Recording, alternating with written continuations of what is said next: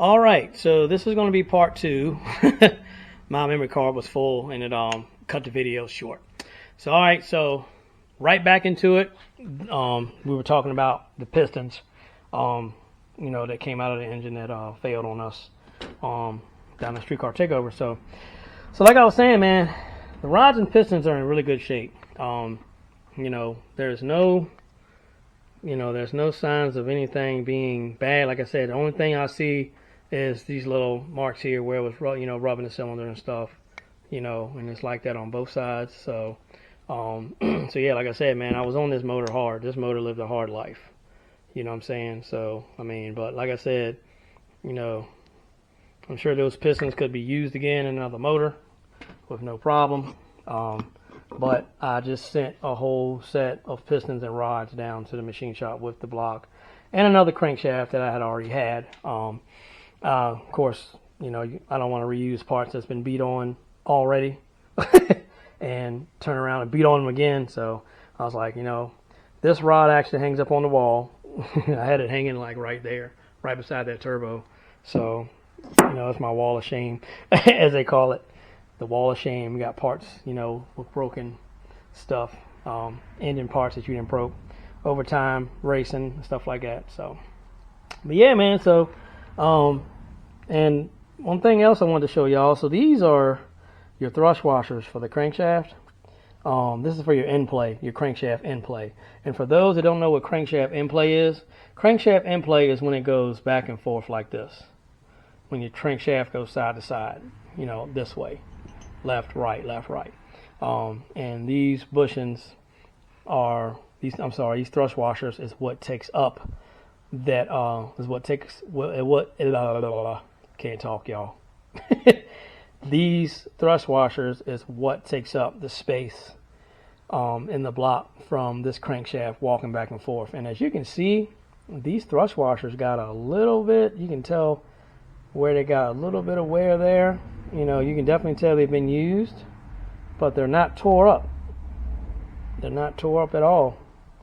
I can still read, I can still read the name on the back of one of them. The standard, yeah, there it is. See, you can still read the standard. It says 1:33 a.m. ZLZ standard. You can still read it. Yeah. These thrust washers didn't get hurt too bad, and that tells me right there that the crankshaft didn't have any in play, which is good, which is really good. It didn't have any bad in play and stuff like that. Because if this thing would have walked one way or the other, it would have took these thrust washers clean out for sure. Definitely took them clean out. So these actually look pretty decent compared to the other parts that we've looked at. So yeah, man, like I say, it's a part of racing, so we're going back together with it, and we're going to turn it up this time, so we're going to use some different parts when we're going back together. This is still going to be a stock block build. I'm still using stock rod, stock piston. The goal, I'm trying to reach a 10-second pass with the stock motor. So yeah, I'm actually going for a little competition, going for a little record, man. So I'm trying to see how far I can actually go with these stock parts. So yeah, so I just wanted to basically bring this to you guys' attention and show you guys what failed on the engine, and what the last race result was with Casey Jones. You figure I hadn't had him out in a very long time. Like, after we bought the house, we did not race. The last time we raced was last November, and then the first time I actually pulled my car out to do anything was in June. So yeah, man, this thing had been stagnant for a little while. It was sitting. So, as you call it, stationary. But yeah, man, like I said, the rods and pistons, the actual structure of the rod there is good, but it's just, the bearing surface, the bearing area. The bearing surface area where the bearing goes is trashed. So that all go on the wall of shame. So, actually, let me turn it around to the bad. Yeah, that's the worst. That's the really bad side. I'm breaking stuff. Oh, man, I'm breaking all my stuff here. Let me put my stuff back up. Alrighty, okay. But yeah, man, so I just wanted to basically bring this video to your guys' attention and show y'all what all failed and what the parts look like after 4 years of racing this thing. 22 pounds of boost on E85. with about 16 degrees of timing. This is what this thing lasted a long, very long time. And I can't do nothing but thank the folks that helped me keep this thing alive. So, you know, it's a lot of people that were involved with the project. So we're getting ready to go back together again once I get my parts back from the machine shop. And of course, I'll be doing a video on that too. But so in case nobody knows what a bearing is supposed to look like, so that bearing is pretty wore out, right? That's what the bearing is supposed to look like. Oh, this one's a little dirty, but that's the bearing that hasn't been used yet. That's what it generally should look like when you pull it apart. But it just depends on what you're using the engine for. It just depends on, you know, what you're using the motor for. So, but like I said, man, you know, and by looking at these, you would go, man, that thing had an oiling problem. But it's not that it had an oiling problem. It's just the fact of the matter that we didn't have an oiling problem for sure, because I'm running a Boundary oil pump. That's a $500 oil pump, and Travis at Boundary knows his stuff. So this is definitely not an oil failure. Definitely not an oil failure. So, but but yeah, man, it's just where it blew the head gasket, and I just kept beating on it, and I didn't know when the head gasket blew. I still can't tell you when the head gasket blew on it. So so yeah, man. So that's basically what we have. You know, with the engine parts and stuff, and what happened to it and stuff like that, man. So so yeah, just wanted to bring this video to you guys' attention, show you all the internal parts on this engine after everything failed, and so you guys could look and see what we got going on. And I'm gonna tell you something, man. So when you're drag racing and stuff like that, it's always a good practice to check and inspect your parts after you pull it down and look at it, because you can see how the engine lived, and then you see something, you're like, you know what?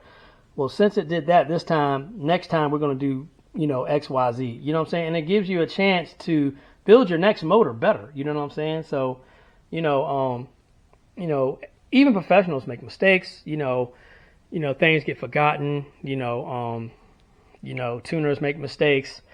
We're all human, man. Like, nobody's perfect. Nobody's perfect. You know what I'm saying? You know, a lot of guys, you know, when an engine blows up on a dyno, the first thing they do is blame the tuner. But it's not always the tuner. You know what I'm saying? It's not always the tuner's fault. It could be something with the engine failing. It could be a defective part. It could be the way you put the engine together. It could, like I said, it could be the parts that you got from the manufacturer that told you it was this and it was that and it wasn't right. You know what I'm saying? So, I mean, it could have been a number of things, you know. And sometimes, yeah, it is the tuner's fault. If the tuner doesn't know what he's doing and he puts the wrong timing in or the wrong fuel curve, and can blow your shit up, you know what I'm saying? So, but look, I ain't no tuner, so I can set a car up, get it running, and my tuner by the name of Matt Russell at Matt Russell Tune, MR Tune, he does all my stuff. And, you know, I try to always set a car up to where it's right, and if it ain't right, he gonna tell me. Like, we ain't running this till you get this, till you do this. You know what I mean? Sometimes we can fix it at the shop, and sometimes I have to pull it and bring it home and do some rearranging and change some stuff up. But he's been really good at showing me things, teaching me stuff. So, you know. But yeah, man, so just basically wanted to get on and show you guys what the ending result looks like on this engine here. And I'll be honest, man, for an engine that ran hard for 4 long years of racing in classes and stuff like that, getting, you know, going from track to track, you know, going here, going there, numerous burnouts, numerous dyno sessions. That right there is really not that terrible, in my opinion. And it looks like the only thing we really hurt is one rod, and of course the crank needs to be turned if you want to use it again. But the pistons are fine. All the other parts are okay. The head's fine, stuff like that. And we ain't got no trash or nothing like that in the in the journals for the camshafts in the head. So I think we did all right. I think we did pretty good, man. And for beating on this thing for 4 years what more can you ask for, man? I mean, an engine is going to eventually go. If you keep beating the crap out of it, it's going to eventually let go. And it was Donatello's time, and he was tired, and he was like, you know what? I've done a lot. You know, we won twice. You know, I just gave you your best time ever. I just gave you like your best. I just gave you like, you know, your best personal best ever out of the car. And hey, I'm checking out. And that's what happened. So yeah, man. So I basically wanted to just, you know, bring this to you guys' attention, man, and just basically show y'all, you know, what happened and what failed and stuff like that. And I like doing videos like this because it shows people and it teaches people things. You know, this is how I learned. You know, when I heard a motor or something like that, and the older guys and stuff I learned from, they were like, well, it looks like you had this, and look at why you had this going on, and your car ran lean, and this is why this, you know. And you, now I've learned, when you inspect an engine and you look at it, you can pretty much tell what happened to it and why. So, and I'm glad that I was taught that, you know what I mean? So yeah, that way I can help a lot of other people that have problems. And just like a buddy of mine over in Ghana, man, I've been helping him with this Mazda 323 GTR, and he, one of his pistons on number 1, I think, number 1 and number 4 actually broke, and the piston broke. And of course, when the piston breaks, you got that wrist pin beating all around the cylinder, and then, you know, if it gets bound up, it just tears the block up. It tears up a lot of parts. And he thought, you know, that it was because of the rods, and I was like, no. I was like, that was a tuning error. It was either wrong timing or the wrong fuel curve, and you know, the wrong timing or the wrong fuel curve will crack one of these pistons, no problem. It'll put a hairline crack in it. As soon as you put pressure on it, it'll just grenade it, and then once it grenades it, you're going to have some tore up engine parts for sure. I've been there and done that, trust me. The motor that I pulled out of this car prior to this build was the exact same way. That's what I did. Leaned the car out, busted the piston, the wrist pin, put a huge, windowed the block from one end to the other. So yeah, you guys got to be careful when you're putting an engine together. Make sure you use the correct bearings. Make sure you use the correct bearing clearance. Make sure you use the correct rings. Make sure you use the correct ring gap. And when I say that, I mean, when I say oil clearance, that's the clearance between the journal and the bearing. If you do not have the right clearance between the journal and the bearing, you're going to have issues. This right here can also result in the incorrect bearing clearance. That can result in the incorrect bearing clearance for sure. You know, when you got bearings that look like that, that definitely can result in I can't remember what I was saying now. Okay, that basically can result in incorrect bearing clearance. All right, your piston rings. So you see that gap right there on the piston rings? See that gap?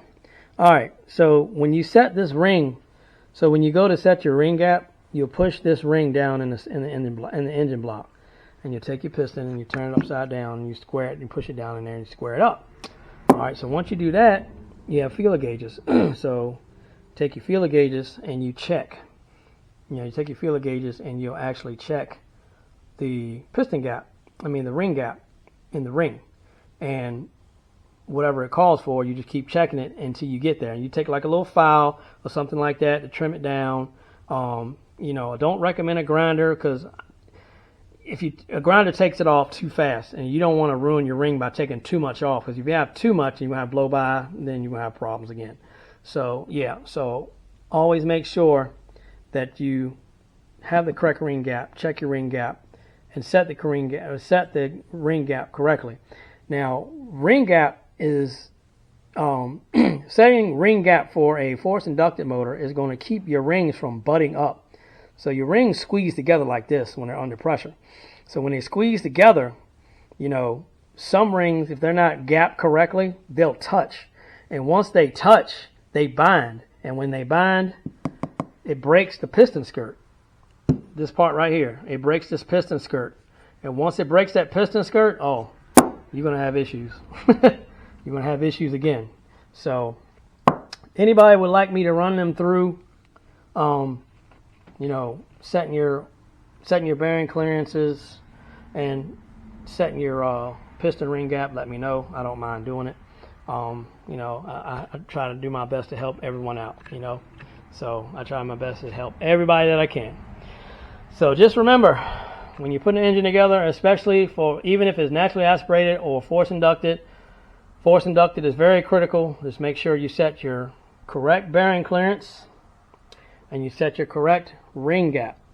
Always set your ring gap and your bearing clearance, man, and you should have an engine that lasts you for quite a while. The reason why this one, and this is the reason why this one lasted me 4 years, is because I did everything correctly. I did everything right.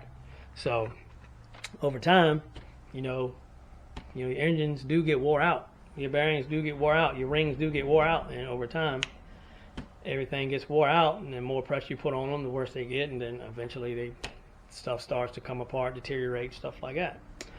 All right. Well, if anybody's got any questions about this video, please feel free to message me. Facebook, Instagram, TikTok, YouTube. I'll be glad to walk you guys through anything you want me to walk you through on this particular video. You see something that you're interested in and hey, you got a question or you want me to make another video on in particular, just let me know, message me, and I do not have a problem doing that.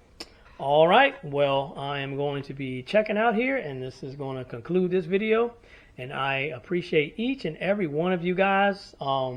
Thank you so very much for tuning into my channel and liking, subscribing, and sharing. Thank you so very much. We couldn't do this without you. So that's going to conclude this video, and that's going to be it. Peace out, everyone.